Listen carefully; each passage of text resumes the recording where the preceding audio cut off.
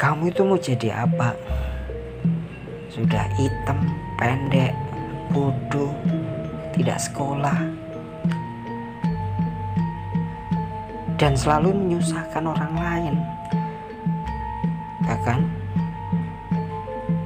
menyusahkan saudaramu sendiri dan orang tuamu.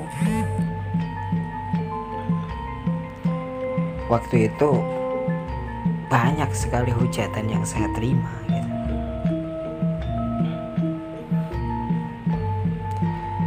Berbagai macam pekerjaan atau usaha yang saya mulai itu selalu berdampak dengan kegagalan. Terkadang saya duduk sendiri, dan bahkan seringkali saya duduk di bawah pohon untuk merenungi sebuah perjalanan karirku. Kenapa selalu seperti ini dan selalu saya disalahkan?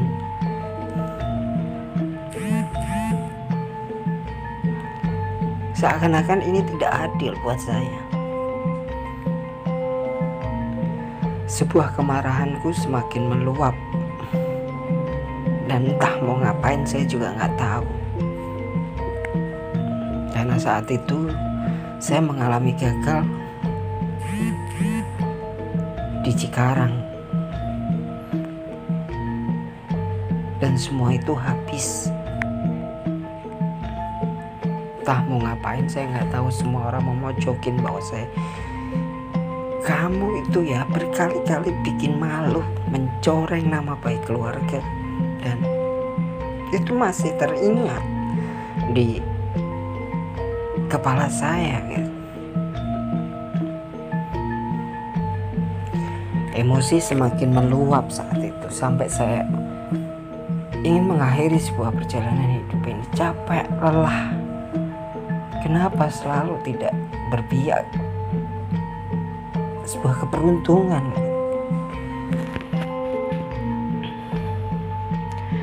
Emosi itu semakin meluap dan aku pun mencoba untuk mencari suasana baru, untuk pergaulan baru. Di situ saya ketemu teman, ya mungkin dia belum menerima sepenuhnya saya gitu. Saya menceritakan kronologi dari sebuah perjalananku, dan akhirnya dia mengasih solusi. Oh ya, ini ada pekerjaan kecil, kalau kamu mau. Gak apa-apa deh, aku terima. Apa itu kira-kiranya? Sebut saja namanya Yanto. Saya buat samaran. Yanto menceritakan dan menawarkan sebuah pekerjaan ketika saya menceritakan permasalahan yang sangat rumit di dalam hidup saya. Bahkan saya entah mau ngapain lagi, saya nggak tahu, karena saat itu usaha semakin berantakan. Gini mas, kata Mas Yanto tadi, kamu besok kalau mau coba ngomong aja ke Pak Kiai, karena kemarin Pak Kiai bilang itu ada lowongan kerja untuk ngantar anak-anak yatim. Dengan cepat merespon, saya tuh boleh minta nomor WA-nya atau alamatnya. Singkat cerita akhirnya dikasih alamatnya, dan aku akhirnya silaturahmi ke tempat Pak Yai itu.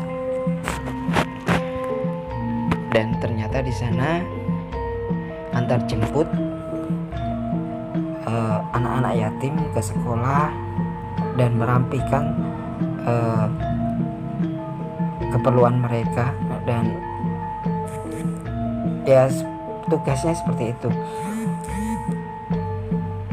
Sudah istilahnya diterima sama Pak Kiai di situ. Alhamdulillah saya bersyukur ada pekerjaan kecil, dan di sana banyak nasihat-nasihat buat saya, dan saya pun belajar dari kacamata saya pribadi.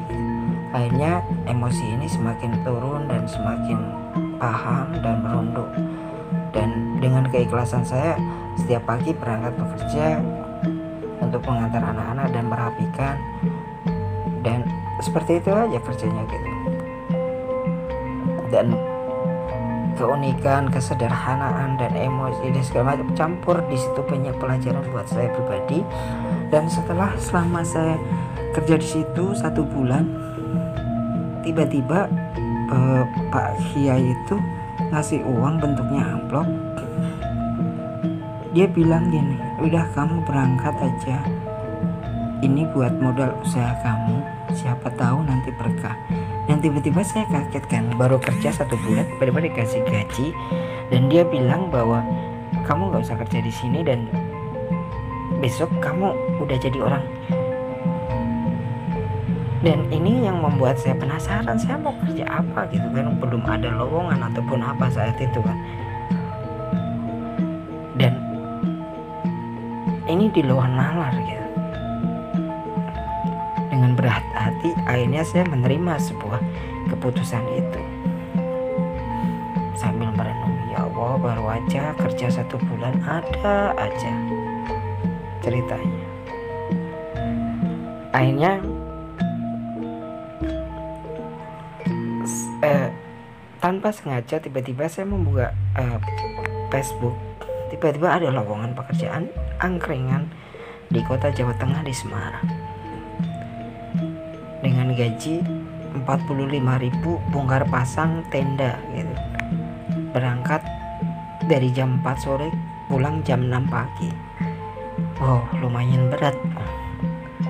Tapi nggak berpikir panjang karena saat itu saya ingin berubah, dan akhirnya saya ambil lowongan pekerjaan itu. Terus saya bekerja di situ lambat tahun, tiba-tiba anaknya itu terjadi suatu keanehan gitu.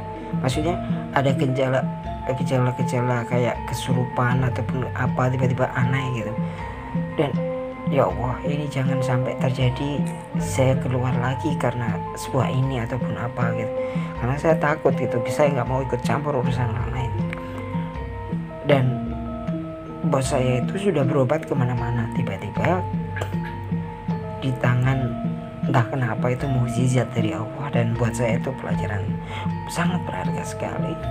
Dan akhirnya saya sentuh, terus anak itu sembuh dengan lafal doa sederhana gitu, karena saya tidak keturunan dari pondok pesantren ataupun ustadz ataupun apa.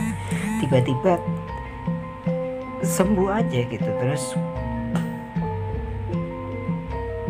yang saya ikutin itu bos itu tiba-tiba ngasih duit lagi gitu kan. Saya kaget gitu, wah ini jangan-jangan seperti kemarin lagi, gagal lagi saya pengen kerja gitu. Kasih uang, udah mas cukup, ini ada sedikit uang, cukup buat modal buka usaha kamu, buka usaha angkringan. Terus saya kaget.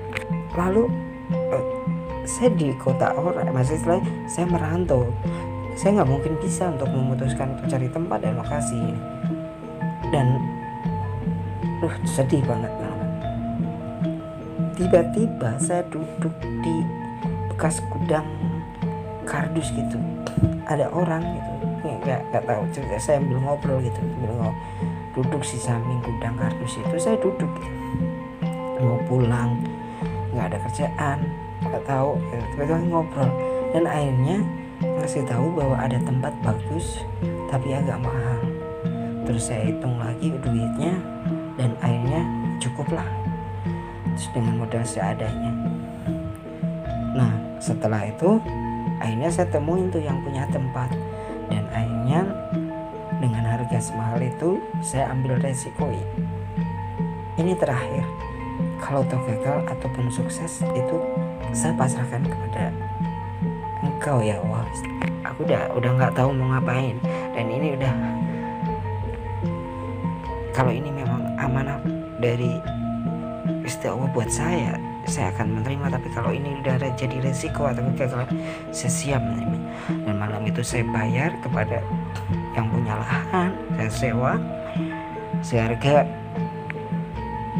waktu itu tidak boleh dibayar 1 bulan, dibayar 4 bulan. Jadi aku harus bayar 5 juta kurang lebih waktu itu untuk training. Setelah itu saya jualin belum langsung rame, enggak serame itu, dan butuh proses sangat luar biasa. Bahkan semalam saya omset 20, semalam saya buka pertama itu cuma 150.000, 200, 300, dan butuh sangat perjuangan sekali sampai modal habis, dan nggak tahu ini mau bayar kontrakan gimana, cara memperjuangkan selanjutnya gimana nggak tahu. Malam itu kembali lagi saya duduk di tempat yang sama dan saya berkata kepada Allah, kalau memang ini jalanmu ya Allah, tunjukkan sebuah perubahan untukku agar aku bisa untuk menikmati sebuah hasil tanpa harus menyusahkan orang lain. Dan alhamdulillah saya tiba-tiba ada suatu, udahlah ya aku buka 24 jam gitu. Akhirnya saya buka pagi dan disitulah sebuah perubahan yang sangat nyata. Omset semakin naik, pendapatan dan penjualan semakin alhamdulillah, dan sampai bisa memperkerjakan orang lain, dan sampai saat ini itu semua kehendak Allah, dan ini sangat mujizat dari sebuah ketekunan, kekompakan satu tim, dan sebuah manajemen yang merubah sebuah mindset sampai bisa menghasilkan dan sangat luar biasa. Dan saya berterima kasih semua, dan tidak ada yang istimewa di tempat saya, cuma ya umumnya angkringan, jualan kopi, nasi gitu. Tidak ada trik, strategi ataupun jual murah ataupun ya gitu aja gitu, tiba-tiba ngalir, karena semua itu atas kehendaknya, bukan tempat yang bagus ataupun apa. Tanpa kehendaknya pun tidak akan bisa meledak ataupun rame. Dan terima kasih buat sobat semua yang sudah mendengarkan audio ini. Semoga bisa menginspirasi buat kita semua bahwa hidup itu memang butuh proses, dan jadikan sebuah kegagalan itu menjadi sebuah guru atau cambuk untuk sebuah perubahan dalam hidup kita. Dan jangan lupa kita tetap untuk bersedekah dan dekati para orang-orang yang sesepuh, orang alim atau ulama. Kita selalu baik kepada orang tua dan terus belajar baik. Semoga usaha yang kita tekuni menjadi berkah, dan terima kasih. Selamat malam. Akhirul kalam, wassalamualaikum warahmatullahi wabarakatuh. Salam sukses buat sobat semua.